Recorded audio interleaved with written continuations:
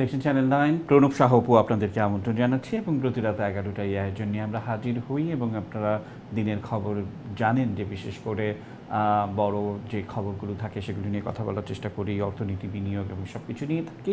এবং আজকে যেটি আর বেইজিংয়ের যে রাষ্ট্রীয় 4 দিনের সফর ছিল সেটি সংক্ষিপ্ত করে মাননীয় প্রধানমন্ত্রী আজকে এই মুহূর্তে পথে রয়েছেন, অল্প কিছুক্ষণের মধ্যে হয়তো তিনি পৌঁছে যাবেন এমন একটি বিষয় আমরা একটু কথা বলার চেষ্টা করব যে ঢাকা বেইজিং 21টি চুক্তি এবং 7টি ঘোষণাপত্র স্বাক্ষরিত হয়েছে এবং গণমাধ্যমে নিশ্চয়ই আপনারা সেগুলো খেয়াল করেছেন।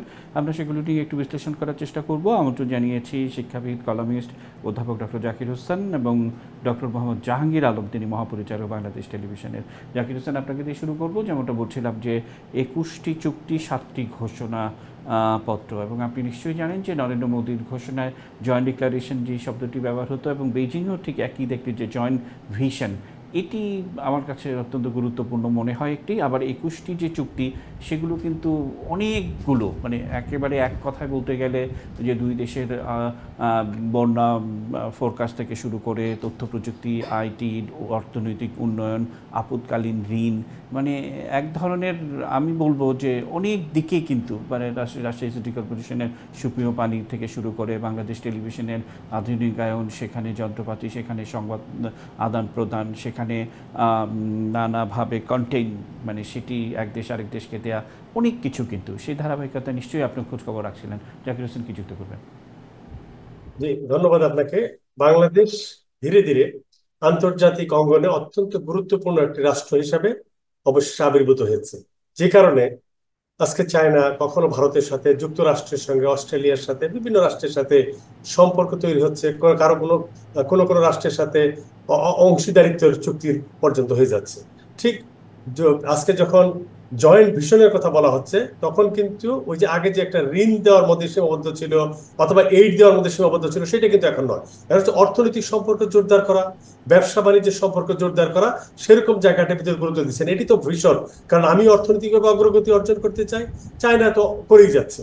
তাহলে সেই ক্ষেত্রে আপনি দেখেন যে সমস্ত ক্ষেত্রে চুক্তিগুলো হচ্ছে, তার ভিতরে অন্যতম হচ্ছে যে বাংলাদেশে তারা বৈদ্যুতিক গাড়ি নির্মাণ করবে, সেখানে বস্ত্র শিল্পে বিনিয়োগ করবে, সৌর বিদ্যুতে বিনিয়োগ করবে, প্রযুক্তি খাতে বিনিয়োগ করবে। সুস্পষ্টভাবে যদি বলতে যাই যে তারা কি করতে যাচ্ছে, যেমন বিওয়াইডি এখানে একটা গাড়ি কারখানা স্থাপন করতে চায়, বৈদ্যুতিক গাড়ি কারখানা স্থাপন করতে চায়। এগুলো হলে আমাদের একটা গুরুত্বপূর্ণ বিষয়, আমাদের অগ্রগতি হবে। চায়নার সঙ্গে আমাদের যে একটা বাণিজ্য ঘাটতি রয়েছে, সেই ক্ষেত্রে আমি ধরেন বৈদ্যুতিক গাড়ি আমদানি করতে যে টাকাটা খরচ করতাম, এখন সেটা বিনিয়োগ যখন বাংলাদেশ হয়ে যাচ্ছে, আমাকে কিন্তু আর ডলারটা খরচ করতে হচ্ছে না সেক্ষেত্রে আমি করার জন্য। ঠিক একই রকম ভাবে মংলায় 33 একর জায়গার উপরে সেখানে একটা চাইনিজ কোম্পানি টেক্সটাইল সামগ্রী নির্মাণ করবে, সেখানে $40 কোটি তারা বিনিয়োগ করবে সেই একটি জায়গার ভিতরে। আরো বিভিন্ন কোম্পানি বলছে যে সমস্ত চাইনিজ ইকোনমিক ইন্ডাস্ট্রিয়াল জোন আছে সেখানে তারা বিনিয়োগ করতে চায়। একই সঙ্গে ঢাকাকে যে মেগা সিটি হিসেবে গড়ে তোলার জন্য যে নানা প্রকল্প আছে, সেখানে ট্রান্সপোর্টেশন থেকে শুরু করে অন্যান্য যে সমস্ত আছে সেখানে বিনিয়োগ করতে চায়। তারা কারিগরি সহযোগিতার ক্ষেত্রে সড়ক পথে, নৌপথে যে সিএনজি পরিবহন করতে হবে, সেখানে তারা সহযোগিতার হাত বাড়িয়ে দিতে চায়। এই যে আমরা যে নিলয় যে টায়ার উৎপাদন করে, সেই টায়ার উৎপাদনের সঙ্গে তারা যুক্ত হতে চায়। যে বিভিন্ন রকম প্লাস্টিক সামগ্রী আছে সেইটাও নিলয়ের সঙ্গে যুক্ত হতে চায়। তারপরে আপনি দেখবেন যে আমাদের যে লিথিয়াম ব্যাটারি প্রয়োজন আছে সেটার সঙ্গে যুক্ত হতে চায়। তার মানে ঘটনা হচ্ছে বাংলাদেশের কিছু কোম্পানির সঙ্গে চায়নার যে বিভিন্ন বহুজাতিক কোম্পানি আছে সেই কোম্পানিগুলো যুক্ত হয়ে বাংলাদেশে সেই সমস্ত ইন্ডাস্ট্রি স্থাপন করে আমাদের একদিকে যেরকম আমাদের অর্থনৈতিক সক্ষমতা বৃদ্ধিতে তারা সহযোগিতা করতে চায়, একই সঙ্গে তারাও যেহেতু এখানে বিনিয়োগ করবে তারাও লাভবান হতে চায়। এইটাই হচ্ছে জাকির যৌথ। স্যার, আপনি শুরুতে যেমনটা বলছিলেন যে ডলারের যে সংকট কাটানোর জন্য, যে অর্থাৎ চাইনিজ কোম্পানিগুলো এদেশের যে প্রতিষ্ঠানগুলো আছে তাদের সাথে যুক্ত হয়ে যদি এই বিনিয়োগ করে, তাহলে কিন্তু আমরা পণ্য এখান থেকে কিনতে পারছি। অর্থাৎ চীন থেকে আমদানি করা বা অন্য জায়গা থেকে আমদানি করার যে ডলারের যে সংকটগুলো নিয়ে আমাদের ভুগতে হচ্ছে, সেই জায়গা থেকে কিন্তু আমাদের অনেকটাই এক ধরনের স্বস্তির জায়গা তৈরি হবে। এটি একটি দিক। আবার আপনি জানেন যে অর্থনৈতিকভাবে বেশ কিছু সমঝোতা স্মারক যেমন রয়েছে, চুক্তি হয়েছে, অর্থাৎ ইকোনমিক্যাল কোঅপারেশন চুক্তিটি। এটি হচ্ছে যে দুই দেশে, এক দেশ আরেক দেশকে অর্থনৈতিক মন্দাকালীন, আপদকালীন কিংবা দুই দেশের পারস্পরিক সমঝোতার ভিত্তিতে ডলার হোক বা স্থানীয় মুদ্রায় হোক বা বহুমাত্রিক মুদ্রায় হোক, সেটিতে তারা বাণিজ্য যেমন করতে পারবে, ঋণ যেমন দিতে পারবে, আবার কম সুদে দীর্ঘমেয়াদী ঋণের বিষয়টিও কিন্তু থাকছে। এটি আমার কাছে অনেক বেশি ইন্টারেস্টিং মনে হয়। আপনি কি বলবেন? না, কোন নিঃসন্দেহে আমি তো ব্যবসা বাণিজ্য অংশটুকু বলছিলাম, আপনি যেটুকু বলে দিলেন যে সে নিঃসন্দেহে। আমরা তো যখন যাচ্ছিল তখন বারবার আলোচনা ভিতরে আসছিল যে আমরা ঋণ চাই, আমরা ক্ষেত্রে বাজেটের ক্ষেত্রে সহযোগিতা চাই, এগুলো তো আছে। আবার একই সঙ্গে কিন্তু বাংলাদেশ থেকে কি কি পণ্য রপ্তানি করা যায় সেটা একটা অন্যতম গুরুত্বপূর্ণ বিষয়, কারণ আমরা শুধু আমদানি করবো না, রপ্তানি করব। সেখানে রপ্তানির ক্ষেত্রে আম রপ্তানি তো একটা বিষয় আছেই, তার সঙ্গে আপনার চামড়া বা পাটজাত পণ্য রপ্তানির বিষয় আছে, এটা গুরুত্বপূর্ণ বিষয়। সিরামিক পণ্য রপ্তানির বিষয় আছে। আমরা 140টা দেশে এখন ঔষধ রপ্তানি করি। সেখানে যদি এই যে চীন একটা বড় মার্কেট, এত সংখ্যক মানুষ, 140 কোটি 50 কোটি মানুষের, সেখানে যদি আমরা ঔষধ রপ্তানি করতে পারি, এগুলো বিষয়ের ভিতরেও আলাপ আলোচনার ভিতরে আছে। আবার একই সঙ্গে এখানে যে দেখবেন যে শিক্ষা ক্ষেত্রে বঙ্গবন্ধু শেখ মুজিবুর রহমান কৃষি বিশ্ববিদ্যালয়ের সঙ্গে, কারণ কৃষিতে এক ধরনের বিপ্লব হয়েছে চায়নাতে, সেইখানে আমি আবারও একটু আসবো আপনার কাছে বিষয়, কারণ আমরা শুধু আমদানি করবো না, রপ্তানি করব। সেখানে রপ্তানির ক্ষেত্রে আম রপ্তানি তো একটা বিষয় আছেই, তার সঙ্গে আপনার চামড়া বা পাটজাত পণ্য রপ্তানির বিষয় আছে, এটা গুরুত্বপূর্ণ বিষয়। সিরামিক পণ্য রপ্তানির বিষয় আছে। আমরা 140টা দেশে এখন ঔষধ রপ্তানি করি। সেখানে যদি এই যে চীন একটা বড় মার্কেট, এত সংখ্যক মানুষ, 140 কোটি 50 কোটি মানুষের, সেখানে যদি আমরা ঔষধ রপ্তানি করতে পারি, এগুলো বিষয়ের ভিতরেও আলাপ আলোচনার ভিতরে আছে। আবার একই সঙ্গে এখানে যে দেখবেন যে শিক্ষা ক্ষেত্রে বঙ্গবন্ধু শেখ মুজিবুর রহমান কৃষি বিশ্ববিদ্যালয়ের সঙ্গে, কারণ কৃষিতে এক ধরনের বিপ্লব হয়েছে চায়নাতে, সেইখানে আমি আবারও একটু আসবো আপনার কাছে। যেমন আপনি আম রপ্তানির কথা বললেন, এবং আম এই জায়গাতে অর্থাৎ বাংলাদেশে আম উৎপাদন হবে, সেই উৎপাদনে চীন বিনিয়োগ করতে চায়। এটা কিন্তু খুব ইন্টারেস্টিং, মানে যে আমরা যেভাবে উৎপাদন করি সেটাকে আরেকটু সুন্দর করে, আরেকটু মডিফাই করে, বা বাংলাদেশের যে টেস্টি আম, এই টেস্টি আমটাকে আরও বেশি আন্তর্জাতিক অঙ্গনে কীভাবে পাঠানো যায়, সেটির একটি ব্যাপার। মানে আমার কাছে ভীষণ আগ্রহের মনে হচ্ছে। আমি আসবো আপনার কাছে। আমাদের সঙ্গে ডক্টর মোহাম্মদ জাহাঙ্গীর আলম, মহাপরিচালক বাংলাদেশ টেলিভিশনে, তিনি রয়েছেন। তার কাছ থেকে একটু শোনার চেষ্টা করব, বিশেষ করে বাংলাদেশ টেলিভিশন, তথ্য মন্ত্রণালয়, বাংলাদেশ সংবাদ সংস্থা, এইসব বিষয়ে অন্তত 4টি চুক্তি সাধিত হয়েছে, বিশেষ করে দুই দেশের সঙ্গে পারস্পরিক কন্টেন্ট আদান প্রদান, টেকনিক্যাল জিনিসগুলো আদান প্রদান, এবং সবচেয়ে বেশি যে গুণগত মান, প্রশিক্ষণ, সেই বিষয়গুলিও কিন্তু এসছে। জাহাঙ্গীর আলম, নিশ্চয়ই আপনি সেগুলোর সাথে সম্পৃক্ত ছিলেন, কি যুক্ত করবেন? গণপ্রজাতন্ত্রী বাংলাদেশ সরকারের তথ্য সম্প্রচার মন্ত্রণালয়ের অধীন বাংলাদেশ টেলিভিশনের সঙ্গে আজকের গণপ্রজাতন্ত্রী বাংলাদেশ সরকারের মাননীয় প্রধানমন্ত্রী শেখ হাসিনা উপস্থিতিতে 3টি সমঝোতা স্মারক স্বাক্ষরিত হয়েছে। এই সমঝোতা স্মারক স্বাক্ষরিত হওয়ার ফলে দুই দেশের মধ্যে তথ্যের আদান প্রদান, মিডিয়া রিলেটেড যে কন্টেন্ট, সেই কন্টেন্টের বিনিময়, এবং দুই দেশের টেলিভিশনের জন্য যে সমস্ত ডকুমেন্ট নির্মাণ দরকার, সেই নির্মাণের সুবিধা আমরা পরস্পরকে দিয়ে থাকব।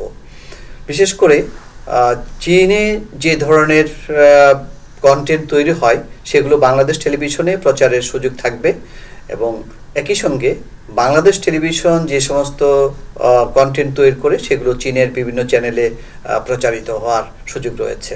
আমাদের দিক থেকে সুবিধা হচ্ছে এই সমঝোতা স্মারকের মাধ্যমে চীনের বিভিন্ন টেলিভিশন, সরকারি পর্যায়ে যে অনেকগুলো টেলিভিশন চ্যানেল আছে, এই টেলিভিশন চ্যানেলগুলো আমাদের বাংলাদেশ টেলিভিশনে আমরা দেখাতে পারবো। একই সঙ্গে তাদের প্রচারিত সংবাদের ফুটেজ আমরা পাবো, আমাদের সংবাদের ফুটেজগুলো চীনের বিভিন্ন টেলিভিশনে দেখানোর সুযোগ হবে।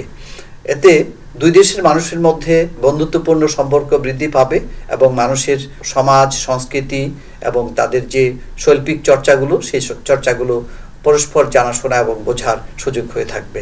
একটি বিষয় এখানে খুব গুরুত্বপূর্ণ, বাঙালির জাতির পিতা বঙ্গবন্ধু শেখ মুজিবুর রহমান চীন ভ্রমণ করেছিলেন। তার চীন ভ্রমণের উপর একটি চমৎকার ভ্রমণ কাহিনী রয়েছে। এই ভ্রমণ কাহিনীটি সম্প্রতি চীনা ভাষায় অনুদিত হয়েছে, এবং এই চীনা ভাষায় অনুদিত হওয়ার মাধ্যমে বাঙালির জাতির পিতাকে চীন আরও গভীরভাবে জানার সুযোগ পাবে। আমরা মনে করি বাংলাদেশ টেলিভিশন যদি এই ভ্রমণের জায়গাগুলোতে নিয়ে একটি প্রামাণ্যচিত্র নির্মাণ করে, তাহলে সেই ক্ষেত্রে বাংলাদেশের জাতির পিতা চীনে কোন কোন জায়গায় ভ্রমণ করেছিলেন তার পর্যবেক্ষণগুলো আমরা টেলিভিশনে তুলে ধরতে পারবো। এটি আমাদের জন্য একটি নতুন সুযোগ তৈরি হবে এবং জাতির পিতার দৃষ্টিভঙ্গি, চীন সম্পর্কে তার অভিজ্ঞতা, চীন সম্পর্কে তার জানাশোনা আমরা তখনকার প্রেক্ষাপটে এখনকার প্রজন্ম জানতে পারবে। গণমাধ্যম দুটি দেশের মধ্যে সাংস্কৃতিক এবং সামাজিক সম্পর্কের একটি নতুন মাধ্যম এবং খুব গুরুত্বপূর্ণ মাধ্যম। গণমাধ্যমের সম্প্রীতির মাধ্যমে, পরস্পর সহযোগিতার মাধ্যমে দুটি দেশ, চীন এবং বাংলাদেশ, পরস্পরের সামাজিক সাংস্কৃতিক নানা দিক বিনিময় করতে পারে এবং এতে করে দুই দেশই উপকৃত হতে পারে। তথ্যের আদান প্রদান এখন খুব গুরুত্বপূর্ণ বিষয়। এইসব সমঝোতা স্মারকের মাধ্যমে তথ্যের আদান প্রদান অনেক সহজ হবে, বাধাগ্রস্ত আর হবে না। অসংখ্য ধন্যবাদ জাহাঙ্গীর আলম। এবং এর বাইরেও বিশেষ করে সংবাদ সংস্থা, সাংবাদিকতা, মানে সেখানেও বেশ কিছু অগ্রগতি বা এই সমঝোতা স্মারক সই হয়েছে সেটি আমরা দেখছি। এবং এই জায়গাটিতে বাংলাদেশ কতটা লাভবান হবে এটি যেমন একটি বিষয়, পাশাপাশি এটি দুই দেশের সম্পর্ক কোন দিকে নিয়ে যাবে, কতটা ভালোর দিকে যাচ্ছে সেটাও কিন্তু একটি বিষয়। সেই ধারাবাহিকতা কি যুক্ত করবেন? হ্যাঁ, না, আমি বলছি যে অনেকগুলো বিষয় যে এখানে আলোচনার ভিতরে বিষয় আছে। যেমন আপনার নগদের সাথে আপনার হুয়াওয়ের যে টেকনোলজির যে সংযোগটা হচ্ছে, তার মাধ্যমে আজকে যে স্মার্ট বাংলাদেশ গঠন করতে চান, সেই স্মার্ট বাংলাদেশ গঠনের ক্ষেত্রে আপনার ডিজিটাল ইকোনমিক প্ল্যাটফর্ম দরকার। সেখানে ডিজিটাল ইকোনমিক প্ল্যাটফর্ম তৈরি করার ক্ষেত্রে গুরুত্বপূর্ণ ভূমিকা পালন করবে। পুঁজিবাজারকে আপনার ডিজিটাল স্মার্ট ট্রান্সফরমেশনের জন্য এটার জন্য তারা আপনার ওই হুয়াওয়ে কাজ করবে বলে একটা চুক্তিতে আবদ্ধ হয়েছে। কাজেই আমরা যে জিনিসগুলো করতে চাই, অর্থাৎ স্মার্ট বাংলাদেশ যে তৈরি করতে চাই, চায়না আমাদের কাছে অত্যন্ত গুরুত্বপূর্ণ একটা অংশীদার হিসাবে আবির্ভূত হচ্ছে। আমি একটা ছোট্ট বিরতি নিতে চাই, বিরতি নিয়ে ঘুরে এসে আবারও আপনাদের কাছ থেকে শুনবো। নিচে ছোট্ট বিরতি, আমাদের সঙ্গে থাকুন।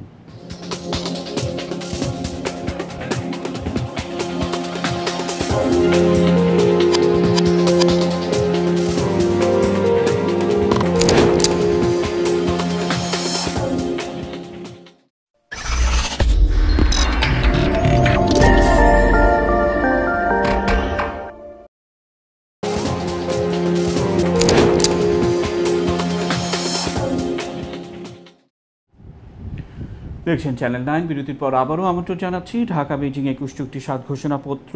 কথা বলছেন অধ্যাপক ডক্টর জাকির হোসেন এবং ডক্টর মোহাম্মদ জাহাঙ্গীর আলম, মহাপরিচালক বাংলাদেশ টেলিভিশনে। আবারও একটু অধ্যাপক জাকির হোসেনের কাছে যাব। জাকির হোসেন, যেমনটা আপনি বলছিলেন যে আসলে সম্ভাবনা বা এগিয়ে চলার সেটির তো আসলে কোনো শেষ নেই।